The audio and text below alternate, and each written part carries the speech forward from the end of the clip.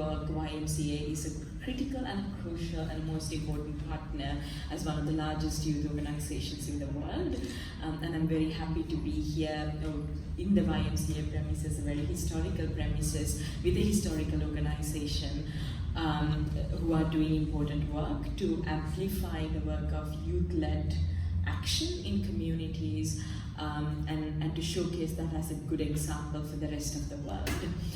And in this regard, I want to specifically recognize the leadership of young people of Thessaloniki and the area, which I had of course heard a long time before, particularly with regards to the refugee response that started 2015, 2016 and continues until now, how young people have been playing a critical role in integrating and supporting refugees who are arriving here, but also I've been very impressed to see how at a local level in the host community, young people are leading change. For an example, through the Sustainable Development Goals, raising awareness on the goals, through hosting conferences and meetings about climate change, environmental activism. I noticed that Thessaloniki has a very dynamic civil society, and I'm very glad to see that young people playing a crucial, important leadership role within the youth-led civil society here as well. So first and foremost, I want to recognize and applaud the leadership of young people of Thessaloniki and of Greece for the leadership they have been giving for the civil society movement around the world. So I have been here for one day. I arrived yesterday around midnight, and I spent this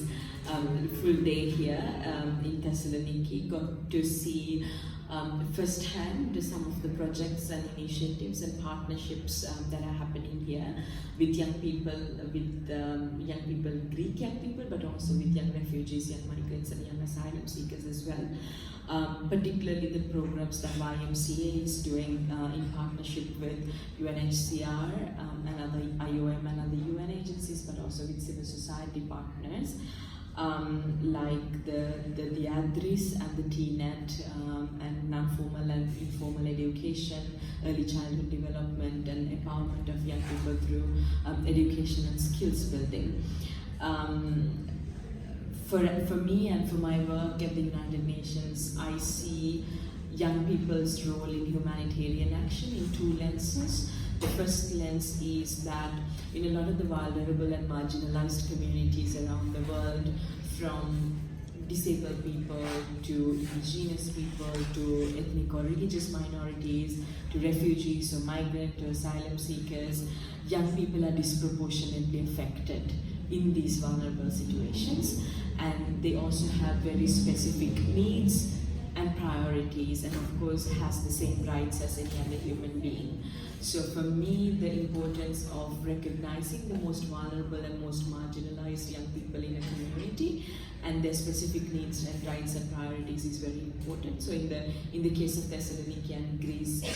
one of those groups has been young refugees and young migrants. So their needs and rights and priorities is something that I've been looking at. And on the second part, young people in the host community and also within these vulnerable groups who are positive agents of change and who are driving change in their communities. So for an example, my friend who is sitting next to me and so many other volunteers, the UNESCO Youth Club who is in this audience as well, who are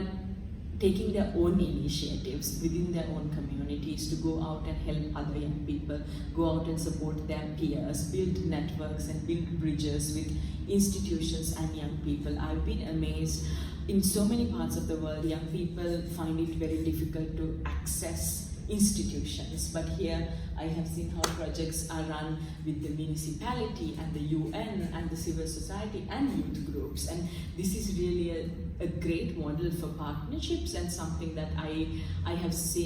seen a lot in other places. So I wanted to recognize that true strength of partnership, and this Goal 17 Sustainable Development Goals over here that I think also reinforces that message.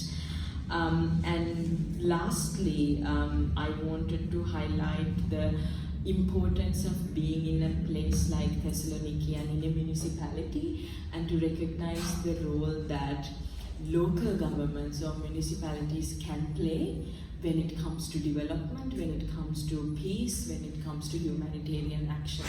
Because I feel a lot of the times, because I work for the United Nations and at the headquarters, our discussions about development issues from employment to economy to environment to climate to migration to refugees are very much at the national level, and we always often deal with national governments. But I have seen practically how when local governments and municipalities and municipal organizations and local organizations get involved in these global debates, how it can be contextualized, how it can be personalized, and how the response can be much more effective and efficient.